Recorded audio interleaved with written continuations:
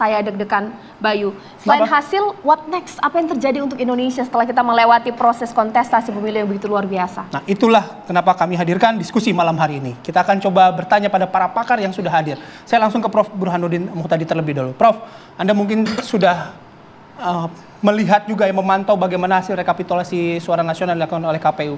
Tapi Anda juga kan sudah melakukan quick count pada saat itu kan. Nah, bagaimana diferensiasi antara real count dan juga quick count? Terutama ketika kita mendengar isu soal anomali.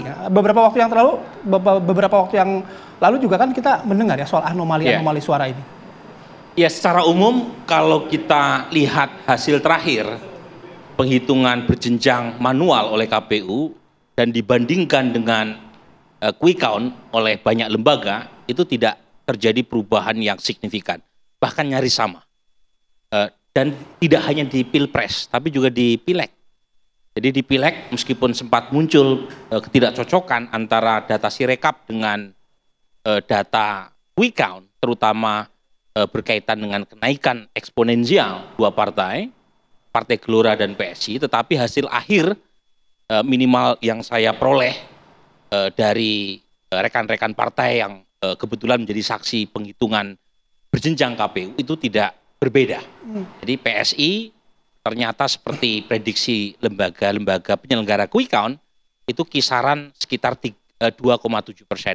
Artinya jauh dari magic number 4%. Demikian juga dengan P3.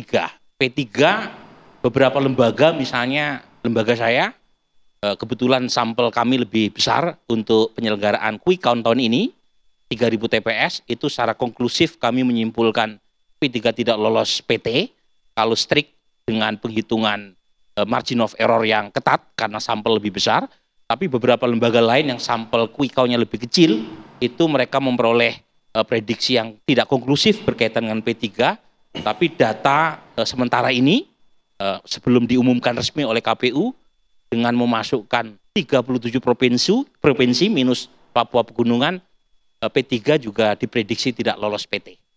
Jadi secara umum kita menemukan pola tidak terjadi perubahan luar biasa terkait dengan hasil quick count dan real count. Ya. PSI tetap seperti yang diprediksi oleh quick count, demikian juga dengan P3, dan praktis kalau misalnya itu yang akan diumumkan oleh KPU secara formal malam ini, kemungkinan besar terjadi fragmentasi politik makin tajam, di mana pemenang pemilu hanya bermodal kurang dari 13% untuk menjadi penguasa parlemen, yaitu PD Perjuangan, dan partai terakhir dengan suara popular vote, yaitu PAN, itu selisihnya dengan pemenang pemilu, yaitu PDIP, itu hanya 9%. Dan masih ada 8 partai yang berhasil mendudukkan wakilnya di parlemen. Artinya, meskipun Prabowo Subianto diprediksi menang telak, tapi konstelasi di parlemen jauh lebih kompleks, jauh lebih rumit ketimbang yang dibayangkan.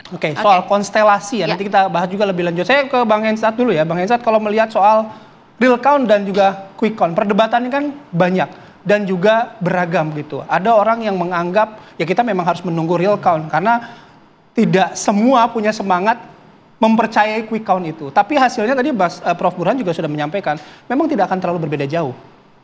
Iya, karena memang quick count ini kan berbeda dengan survei.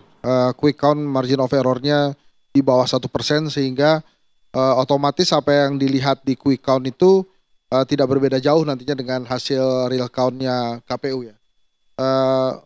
Yang menarik justru adalah ada kelompok atau masyarakat yang kemudian percaya quick count Pilpres tapi nggak percaya quick count Pileg gitu ya. Nah, itu kan yang terjadi beberapa saat lalu gitu. Nah, walaupun akhirnya hasilnya sesuai dengan atau mirip-mirip dengan quick count, ya memang demikian adanya. Tentunya demokrasi di Indonesia ya memang seperti itu akhirnya, karena hanya 50% plus 1 bisa menjadi pemimpin, maka prosesnya dengan segala cara ya menuju 50% plus 1 itu. Balik tadi pertanyaannya, apakah kemudian ada hal yang berbeda dari quick count dan real count? Ya tentu saja tidak beda jauh. Misalnya lembaga saya, Kedai Kopi, dengan Mas Burhan juga perbedaannya juga nggak beda-beda jauh, karena memang itu adalah potretnya. Sebetulnya quick count ini kan bisa dijadikan monitoring sebetulnya dari masyarakat, apakah penghitungan KPU itu sungguh-sungguh real di lapangan ataukah ada permainan-permainan. Nah, quick count ini kan yang melakukan banyak lembaga, jadi sulit sekali untuk mempermainkan hasil quick count. Jadi waktu itu saya juga dengar Prof. Burhan mengatakan, ya silakan aja kita buka-bukaan hasil quick count gitu ya, tentang pileg gitu ya, apakah ada partai politik yang lolos atau tidak. Nah memang walaupun lembaga saya tidak melakukannya, tapi waktu di TV One juga di hari H pencoblosan itu sempat juga kita berdebat tentang hasil exit poll ya. Yang itu mungkin nanti Mas Burhan bisa menjelaskan karena lembaga saya tidak menjelaskan, tapi tumben-tumbenan memang ada perbedaan antara exit poll kemudian quick count ya dan real countnya.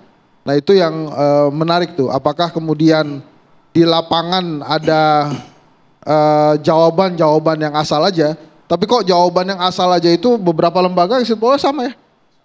Nah itu memang agak misteri itu akhir-akhir ini ya. Mungkin Mas Burhan nanti itu bisa menjelaskan kalau memang Kedai Kopi dari awal memang menolak melakukan exit poll karena saya menilai atmosfer politiknya agak berbeda dengan pemilu-pemilu sebelumnya. Karena tadi menarik mungkin bisa dijadikan bahan penelitian. Betul. Ya Bang ya. Ya. Kita tahu Bayu bahwa pemilu merupakan kedesain sebuah demokrasi. Elemen penting dari sebuah negara demokrasi adalah rakyat. Nah, Prof. Lely boleh ditambahkan, bagaimana sih kemudian perspektif masyarakat memaknai momentum pada malam hari ini? Ada yang mengatakan bahwa pemilu sudah selesai ketika selesai pencoblosan quick count keluar, sudah tahu pemenangnya. Ataukah mungkin ini juga penting ketika secara resmi KPU akan umumkan, bagaimana? Ya, ini memang sebelum saya kesini pertanyaan juga banyak yang muncul. Jadi apakah benar hari ini kita sudah mendapatkan presiden kita? Gitu kan pertanyaannya. Memang ada salah persepsi di masyarakat. Jadi seolah-olah pada malam ini yang diumumkan KPU itu sudah memastikan inilah presiden kita pada hari ini.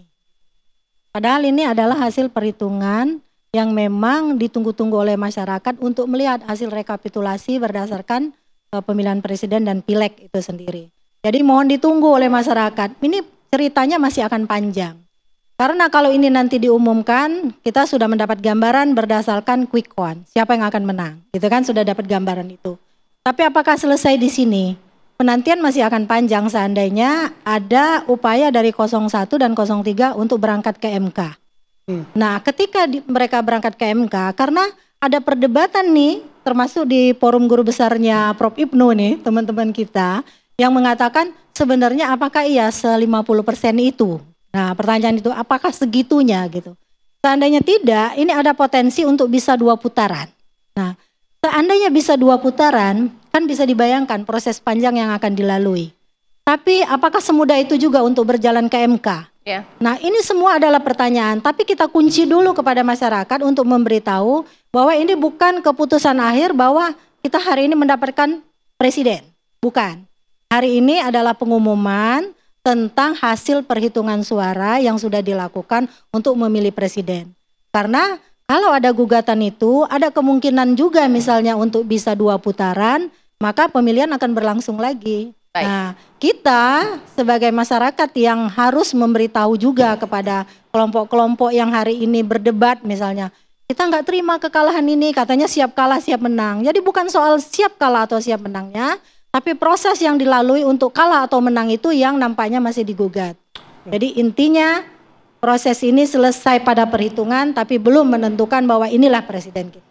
Wow, luar biasa. Ini masih pemanasan, Bayu. Kita bikin menggantung dulu supaya Anda kemudian bertanya-tanya lantas bagaimana hasilnya, bagaimana kita memaknai proses pemilu. Di samping memang banyak sekali sorotan untuk proses formil dari pemilihan, mulai dari sirekap, teknologinya, ini kok masih. Nah, itu nanti kita bahas, Bayu ya. Kita bahas lebih lanjut ya, lebih lanjut lagi. Tapi kami jeda terlebih dahulu, kami akan kembali sesaat lagi.